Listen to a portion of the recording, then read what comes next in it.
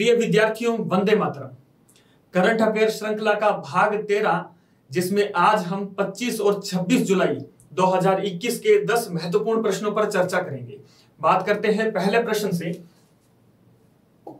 पहला प्रश्न है, हाल ही में आषाढ़ पूर्णिमा को धम्म चक्र दिवस के रूप में मनाया गया। इसका संबंध गौतम बुद्ध के जीवन की किस घटना से है? धम्म चक्र दिवस का गौतम बुद्ध के जीवन की किस घटना से है? विकल्प है भगवान बुद्ध के पहले उपदेश का प्रतीक है, बी है भगवान बुद्ध की जन्म तिथि का प्रतीक है, सी भगवान बुद्ध के निर्वाण प्राप्ति से संबंधित है, डी है भगवान बुद्ध के ज्ञान प्राप्ति का प्रतीक है। तो धम्म चक्र दिवस किसका प्रतीक है? ये प्रतीक है भगवान बुद्ध के पहले उपदेश से संबंधित है। धम्म चक्र दिवस, पहला उपदेश भगवान बुद्ध ने कहा दिया? उत्तर प्रदेश के सारनाथ में पहला उपदेश दिया, उससे संबंधित है धम्म चक्र दिवस। और ये मनाया कब जाता है? मनाया जाता है आषाढ़ पूर्णिमा को। आषाढ़ पूर्णिमा को धम्म चक्र दिवस के रूप में और हिंदुओं के अंदर ये गुरु पूर्णिमा के रूप में भी मनाया जाता है। आषाढ़ पूर्णिमा को बौद्ध और हिंदुओं द्वारा अपने गुरुओं के प्रति श्रद्धा को बताने के लिए धम्म चक्र दिवस और गुरु पूर्णिमा के रूप में इसे मनाया जाता है। बौद्धों के लिए ये त्योहार भगवान बुद्ध के पहले उपदेश जो सारनाथ में दिया गया था के प्रतीक के रूप में मनाया जाता है। बुद्ध पूर्णिमा का या वैशाख के बाद, बुद्ध पूर्णिमा या वैशाख के बाद ये दूसरा सबसे महत्वपूर्ण दिवस है। बुद्ध पूर्णिमा या वैशाख जिसे बोलते हैं के बाद दूसरा सबसे महत्वपूर्ण दिवस बौद्धों का होता है धम्म चक्र दिवस। बात करते हैं गुरु पूर्णिमा के बारे में। यह भी आषाढ़ पूर्णिमा को मनाया जाता है। यह दिन महर्षि वेदव्यास को समर्पित है। महर्षि वेदव्यास जिन्होंने क्या है कि हिंदू पाठ वेदों का संपादन किया, 18 पुराण, महाभारत और श्रीमद् भागवत गीता की रचना उनको माना जाता है। गीता की रचना उन्होंने की, महर्षि वेदव्यास को समर्पित है गुरु पूर्णिमा। बात करते हैं प्रश्न संख्या 2 पर। हाल ही में चर्चा में रहा प्रगति पोर्टल का संबंध किससे है? विकल्प है ए सरकारी कार्यक्रम फ्लैगशिप योजनाओं के क्रियान्वयन को देखने हेतु, बी सरकारी विद्यालयों की वार्षिक परफॉर्मेंस जांचने के लिए, सी महिलाओं का सेना में स्थायी कमीशन, डी विश्वविद्यालयों की वार्षिक रैंकिंग कार्यक्रम।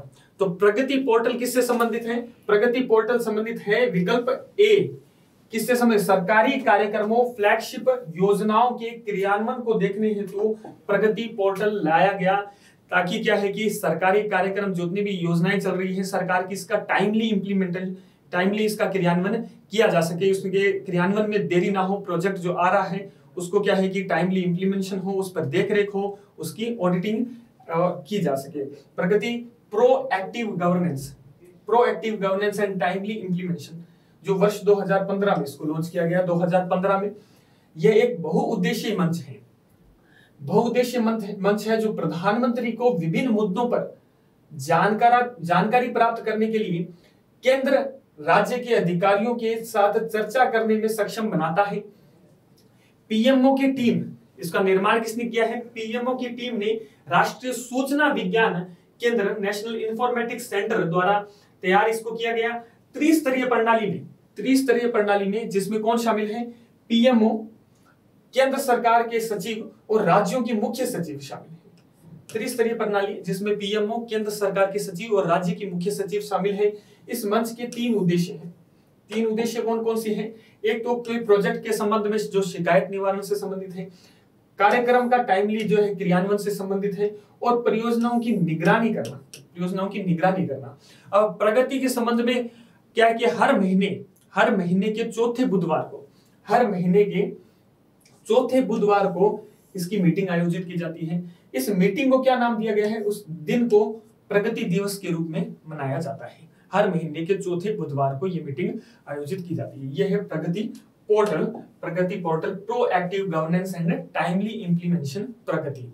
बात करते हैं प्रश्न संख्या 3 पर।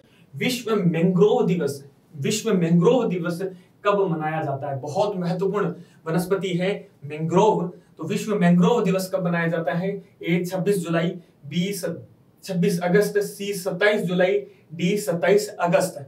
तो मैंग्रोव दिवस मनाया जाता है 26 जुलाई को। विश्व मैंग्रोव दिवस मनाया जाता है 26 जुलाई को। अब बात करते हैं मैंग्रोव के बारे में। भारत के संदर्भ में बात करूं तो हाल ही में ओडिशा सरकार ने लगभग 109 हेक्टेयर भूमि पर मैंग्रोव वन लगाने का प्रस्ताव रखा है। मई 2021 में ओडिशा में आए चक्रवात यास के दौरान मैंग्रोव वनों के चक्रवाती हवाओं हेतु प्रतिरोध का काम किया। मैंग्रोव वनों ने अभी जो तूफान आया उसमें चक्रवातों के विरुद्ध क्या है कि एक नेचर बेस्ड सॉल्यूशन के रूप में काम किया। इसके नेचर बेस्ड सॉल्यूशन, एनबीएस अभी हाल में चर्चा में भी है। एनबीएस हर चीज का जो नेचर बेस्ड सॉल्यूशन होता है उस पर बात की जा रही है। तो बाढ़ों को रोकने के लिए, चक्रवाती तूफानों को रोकने के लिए नेचर बेस्ड सॉल्यूशन के रूप में काम करता है मैंग्रोव की बात करें, ये छोटे पेड़ या झाड़ी होते हैं जो समुद्री तटों के मुहानों पर स्थित ज्वारीय दलदली भूमि पर ये पाए जाते हैं। इनका विकास मुख्यतः खारे पानी में होता है। और विशेषताओं पर बात करूं तो उच्च नमक व कम ऑक्सीजन, साल्टी वाटर में होते हैं और कम ऑक्सीजन में भी ये जीवित रह सकते हैं। न्यूमेटोफोरस या ब्रीदिंग रूट्स उपस्थित होती हैं। नॉर्मली जो रूट्स होती है वो नीचे की ओर होती है, यहाँ पर क्या है कि नीचे गहराई के अंदर ऑक्सीजन कम मिलती है, तो यहाँ पर जो प्लांट है, ये जो पौधे होते हैं, इनकी रूट क्या है कि वापस ऊपर की ओर होती है, तो ऐसा घना विकास हो जाता है। ठीक है, वापस ऊपर की ओर जाते हैं।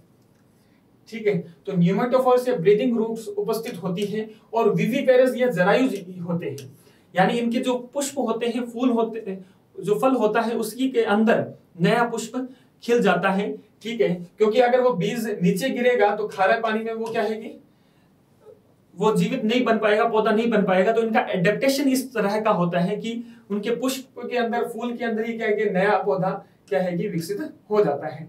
और इस तरह क्या है कि ब्रीदिंग रूट्स इनके जड़ों में पाई जाती हैं जो ऊपर की ओर रहती हैं, तो एक घनी श्रृंखला का निर्माण ये कर देते हैं। कवरेज क्या है, उष्ण व उपोष्ण कटिबंधीय क्षेत्रों में मुख्यतः मिलते हैं।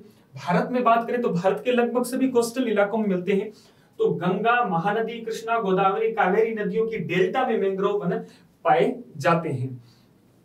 मैंग्रोव, पश्चिम बंगाल का जो सुंदरवन है, बहुत इंपॉर्टेंट, सुंदरवन विश्व का सबसे बड़ा मैंग्रोव क्षेत्र है। सुंदरवन विश्व का सबसे बड़ा मैंग्रोव क्षेत्र है। यूनेस्को की ये विश्व धरोहर स्थल सूची के अंदर भी शामिल है।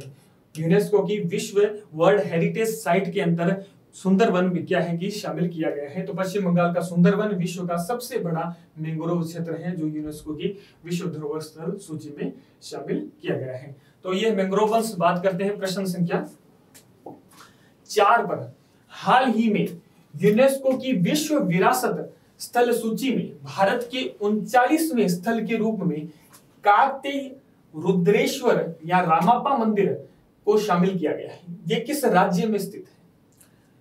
वर्ल्ड हेरिटेज साइट में 39वां जो साइट स्थल के रूप में शामिल किया गया है काकतीय का रुद्रेश्वर या रामापा मंदिर को। ये किस राज्य के अंदर स्थित है? कर्नाटक, आंध्र प्रदेश, तेलंगाना या केरल? तो ये स्थित है तेलंगाना। तेलंगाना में स्थित है काकतीय रुद्रेश्वर या रामापा मंदिर। काकतीय रुद्रेश्वर या रामापा मंदिर के बारे में बात करें, तेलंगाना के पालमपेट में स्थित है। तेलंगाना के पालमपेट के वारंगल डिस्ट्रिक्ट के अंदर पालमपेट में स्थित है। निर्माण 13वीं शताब्दी में काकतीय राजा गणपति देव के सेनापति रेचारला रुद्र द्वारा इसका निर्माण करवाया गया। प्रमुख देवता कौन से हैं? प्रमुख देवता है रामलिंगेश्वर स्वामी, जो शिव हैं। रामलिंगेश्वर स्वामी शिव हम बोलते हैं, ये प्रमुख देवता यहाँ पर स्थापित है। इसके अलावा यहाँ पर शिव है, विष्णु है और सूर्य, 3 देवता यहाँ पर विराजमान है, शिव, विष्णु और सूर्य। यूनेस्को मंदिर के मैं पहले बात करूं, विशेषताओं पर बात करूं मैं। विशेषताओं में मंदिर निर्माण की ये द्रविड़ शैली है। ठीक है, मंदिर निर्माण की द्रविड़ शैली है। ये मंदिर 6 फीट ऊंची एक तारानुमा संरचना पर है। 6 फीट ऊंची एक तारानुमा संरचना पर बना है। मंदिर अपनी अद्भुत शिल्पकला, तकनीक, विशिष्ट शैली के कारण बेजोड़ है। मंदिर का जो निचला हिस्सा है लाल बलुआ पत्थर और इसका सफेद गोपुरम हल्की ईंटों से बनाया गया है, जिस कारण यह पर्यटकों को पानी में तैरता यानी फ्लोटिंग करता हुआ प्रतीत होता है। यूरोपियन यात्री, इटालियन जो मर्चेंट थे मार्को पोलो की जब भारत यात्रा हुई थी, उन्होंने इस मंदिर को दक्कन की मध्ययुगीन मंदिरों की आकाश गंगा में सबसे चमकीले ब्राइटेस्ट स्टार के रूप में, चमकीले तारे के रूप में वर्णित किया है। इस मंदिर को, रामाप्पा मंदिर को मार्को पोलो ने दक्कन की मध्ययुगीन मंदिरों की आकाश गंगा में सबसे चमकीले तारे के रूप में इसको वर्णित किया है। बात करें मैं वर्ल्ड हेरिटेज साइट में 39वां नंबर इसको मिला है। अब तक क्या है कि 38 थे, तो इन 39 नंबर पर यूनेस्को की विश्व धरोहर सूची में बात करूं भारत में अब 39 संख्या हो चुकी है। उस 39 में 31 जो है सांस्कृतिक कल्चरल साइट है, 31 सांस्कृतिक स्थान है, 7 प्राकृतिक स्थान है, 1 मिश्रित है। मिश्रित यानी सांस्कृतिक और प्राकृतिक दोनों का मिश्रित है। ये कौन सा मिश्रित साइट है? कंचनजंगा, कंचनजंगा जो नेशनल पार्क है, कंचनजंगा नेशनल पार्क वो मिश्रित श्रेणी में शामिल है। बाकी 31 सांस्कृतिक है और 7 प्राकृतिक है। 7 प्राकृतिक के अंदर एक राजस्थान की कौन सी साइट शामिल है? केवलादेव, केवलादेव जो अभयारण्य है, नेशनल पार्क है, वो प्राकृतिक सूची में शामिल है। और सांस्कृतिक सूची में शामिल में बात करूं, राजस्थान के संदर्भ में बात करूं तो जयपुर शहर को 2019 में शामिल किया गया था। जंतर मंतर इसमें शामिल है। और राजस्थान के जो 5 किले हैं, 5 किलों में जैसलमेर का फोर्ट है, कुंभलगढ़ है, रणथंभौर है, आमेर है और गागरोन का फोर्ट है। ये 5 साइट जो है सांस्कृतिक शैली के अंदर राजस्थान के अंदर शामिल की गई है। तो टोटल अभी भारत के अंदर 39 जो स्थल हैं वर्ल्ड हेरिटेज साइट के अंदर शामिल हो गए हैं यूनेस्को के। ठीक है, बात करते हैं प्रश्न संख्या 5 पर। हाल ही में किस राज्य में अपने प्राकृतिक संसाधनों के मूल्यों का आकलन करने के लिए सकल पर्यावरण उत्पाद जीईपी ग्रॉस इन्वायरमेंट प्रोडक्ट को अपनाने की घोषणा की गई। सकल पर्यावरण उत्पाद को अपनाने की घोषणा की हुई हाल ही में किस राज्य ने? विकल्प है ए हिमाचल प्रदेश, बी गोवा, सी उत्तराखंड, डी केरल। तो सकल पर्यावरण उत्पाद, अभी तक आपने सकल घरेलू उत्पाद यानी जीडीपी को सुना है, ठीक है। अब यह है सकल पर्यावरण उत्पाद को अपनाने की घोषणा की है किस राज्य ने? ये घोषणा की है उत्तराखंड ने। अब सकल पर्यावरण उत्पाद होता क्या है? देखिए, जैसे जीडीपी होता है, जीडीपी क्या बात करता है? किसी डोमेस्टिक क्षेत्र के अंदर या क्षेत्र विशेष के अंदर वस्तुओं और सेवाओं के अंतिम मूल्य पर बात करता है जीडीपी। हमें पता है जीडीपी की एक कमी होती है। जीडीपी किसका सूचक है? ग्रोथ का जरूर सूचक है, ग्रोथ का सूचक है, यानी इकोनॉमिक जो स्टैटिस्टिक्स है, डाटा है, उसका सूचक है। वो विकास का सूचक नहीं है, डेवलपमेंट का सूचक नहीं है, वो विकास का सूचक नहीं है। सोशल जो प्रोग्रेस हुई है, सामाजिक जो उन्नति हुई है, उसका सूचक नहीं है। सामाजिक कितना पिछड़ापन है उसमें बात नहीं करता है। पर्यावरण की बात जीडीपी द्वारा नहीं की जाती है। तो जीडीपी के आगे बढ़ते हुए बात की जाती है कई बार हरित जीडीपी की या ग्रीन जीडीपी की। हरित जीडीपी की बात हुई, ग्रीन जीडीपी की बात हुई। हरित जीडीपी क्या है? हरित जीडीपी होती है जब आर्थिक विकास में आप पर्यावरण को कितना नुकसान पहुंचा उसको माइनस करते हैं, तब हमें क्या है कि हरित जीडीपी प्राप्त होती है। इकोनॉमिक डेवलपमेंट जितना हुआ है उसमें हम इन्वायरमेंटल पर्यावरण को जितना नुकसान पहुंचा है उसको माइनस करते हैं, तो हरित जीडीपी प्राप्त होती है। इसी तरह बात करूं कि ये क्या है, जीईपी क्या है, सकल पर्यावरण उत्पाद क्या है? ये किसी क्षेत्र की पारिस्थितिकी सेवाओं यानी इकोसिस्टम सर्विसेज का आकलन करता है। ये प्राकृतिक संसाधनों में हुई कमी और वृद्धि को बताता है। यानी किसी क्षेत्र के अंदर एरिया विशेष में इकोसिस्टम सर्विसेज, ठीक है, वो कितना अवेलेबल है। इकोसिस्टम सर्विसेज यानी उस क्षेत्र में पर्यावरण से वन क्षेत्र कितना है, पेड़ों की वहां सघनता कितनी है, सोइल और जो है मृदा अपरदन कैसा है, ग्राउंड वाटर का स्थिति कैसी है, एयर क्वालिटी क्या है वहां की, नदियों के अंदर जो है खुलित ऑक्सीजन की बारे में बात करें तो ये सारी चीजें क्या है कि इसके माध्यम से मेजर की जाती है, देखी जाती है। तो उत्तराखंड पहला स्टेट हो गया है जिसने जीईपी को अपनाने की बात की गई है। और ये सभी स्टेट के लिए क्या है कि जब लॉन्ग टर्म जब विकास नीति हम बनाते हैं तो इसके लिए क्या है कि बहुत काम आने वाला है। बात करते हैं प्रश्न संख्या 6 पर। कारगिल विजय दिवस कब मनाया जाता है? कारगिल विजय दिवस कब मनाया जाता है? विकल्प है 26 जुलाई, 25 जुलाई, 27 जुलाई, 28 जुलाई। तो कारगिल विजय दिवस मनाया जाता है 26 जुलाई को। कारगिल विजय दिवस मनाया जाता है 26 जुलाई को। 26 जुलाई 1999 को भारत ने क्या है कि पाकिस्तान की 1999 में भारत के कारगिल सेक्टर में घुसपैठ के विरुद्ध 60 दिन चले युद्ध में भारत को 26 जुलाई 1999 को विजय प्राप्त हुई थी और 26 जुलाई के दिन को क्या है कि कारगिल विजय दिवस के रूप में मनाया जाता है। इस वर्ष इसकी 22वीं वर्षगांठ मनाई गई। बात करते हैं प्रश्न संख्या 7 पर, राइट टू प्राइवेसी यानी निजता का अधिकार भारतीय संविधान के किस अनुच्छेद के अंतर्गत आता है? विकल्प है ए 14, बी 16, सी 21, डी 25। तो निजता का अधिकार किसके अंतर्गत आता है? आर्टिकल 21 के अंतर्गत आता है निजता का अधिकार, right to privacy. Supreme court ने 2017 में के.एस. पुट्टुस्वामी बनाम भारतीय संघवाद के अंतर ऐतिहासिक निर्णय में गोपनीयता और उसके महत्व को वर्णित किया। निजता के अधिकार को अनुच्छेद 21 के अंतर्गत प्राण और दैहिक स्वतंत्रता के अधिकार के आंतरिक भाग के रूप में तथा संविधान के भाग 3 द्वारा गारंटी युक्त स्वतंत्रता के हिस्से के रूप में इसको संरक्षित किया है। निजता का अधिकार एक मौलिक और अविच्छेद्य अधिकार है और उसके तहत प्रत्येक व्यक्ति से जुड़ी सभी सूचनाओं के साथ उसके द्वारा लिए गए निर्णय इसमें शामिल है। तो राइट टू प्राइवेसी आर्टिकल 21 के अंतर्गत शामिल है। 2017 में सुप्रीम कोर्ट ने किस केस के अंतर्गत? केस पुट्टास्वामी बनाम भारतीय संघवाद में यह निर्णय दिया। बात करते हैं प्रश्न संख्या 8 पर, इंदिरा युद्धाभ्यास है। इंदिरा युद्धाभ्यास किस देश के साथ भारत का त्रिसेवा ट्राई सर्विस अभ्यास माना जाता है? अभ्यास है त्रिसेवा अभ्यास, यानी आर्मी है, वायुसेना है और नौसेना है। इन तीनों को शामिल करने के लिए इंदिरा युद्धाभ्यास किस देश के साथ भारत का त्रिसेवा अभ्यास है? विकल्प है रूस, बी जापान, सी ब्रिटेन, डी रोमानिया। तो इंदिरा किसके साथ है? इंदिरा है रशिया के साथ। इंदिरा है इंडिया और रशिया के साथ है इंदिरा। और अन्य इंदिरा के अलावा हम बात करें भारत के अदर एक्सरसाइज, मिलिट्री एक्सरसाइज किन किन देशों के साथ क्या है? मालाबार किन देशों के साथ है? मालाबार में भारत, जापान और अमेरिका, संयुक्त राज्य अमेरिका इसमें शामिल है। टाइगर ट्रायम्फ इसमें कौन शामिल है? भारत और अमेरिका के मध्य त्रिसेवा संयुक्त अभ्यास है tiger Triumph. Nomadic elephant Bharat और मंगोलिया के मध्य सैन्य प्रशिक्षण अभियान है। युद्धाभ्यास शक्ति है भारत और फ्रांस के मध्य। युद्धाभ्यास गुरुड़ है भारत और फ्रांस का वायुसेना का क्या है कि युद्धाभ्यास है गुरुड़।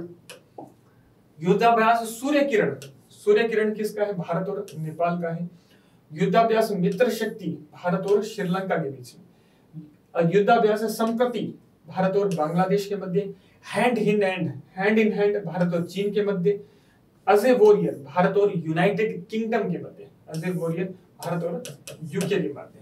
तो ये महत्वपूर्ण 10 मैंने युद्धाभ्यास इसमें शामिल किए हैं। और इंदिरा किसके बीच है? इंदिरा भारत और रशिया के बीच त्रिसेवा युद्धाभ्यास है। बात करें प्रश्न संख्या 9, 2011 के जनगणना के अनुसार राजस्थान की साक्षरता की दर का प्रतिशत कितना है?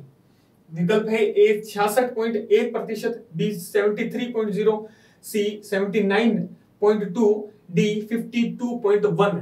तो राजस्थान का साक्षरता दर कितना है 2011 की जनगणना के अनुसार?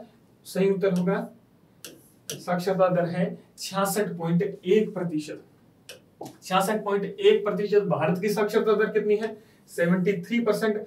राजस्थान की है 66.1%। और राजस्थान में अगर मैं पुरुष साक्षरता की बात करूं, मेल लिटरेसी की बात करें तो 79.2% है और महिलाओं की बात करूं तो 52.1% है। बात करते हैं प्रश्न संख्या, अंतिम प्रश्न आज का 10 पर, 2011 की जनगणना के अनुसार राजस्थान राज्य का लिंगानुपात कितना है? विकल्प है ए 928, बी 948, सी 888, डी 919। तो लिंगानुपात कितना है? सही उत्तर होगा इसका ए 928। राजस्थान का लिंगानुपात 2011 की जनगणना के अनुसार कितना होगा? 928। और बाल लिंगानुपात देखें राजस्थान के अंदर जो 0 से 6 वर्ष का है, बाल लिंगानुपात कितना है? 888 रहेगा। भारत का लिंगानुपात कितना है? भारत का लिंगानुपात है 943, 943 2011 की पॉपुलेशन के अनुसार। तो ये 10 प्रश्न हमने पूरे किए। कक्षा को विराम देते हैं। जय हिंद, जय भारत।